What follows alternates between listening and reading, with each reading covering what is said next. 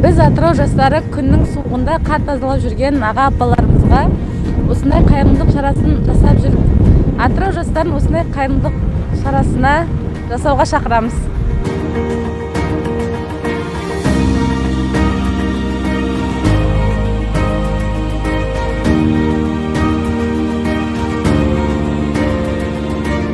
Рахмет, сау болыңыз.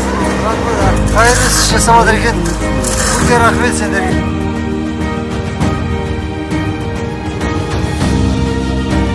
Allah razı olsun.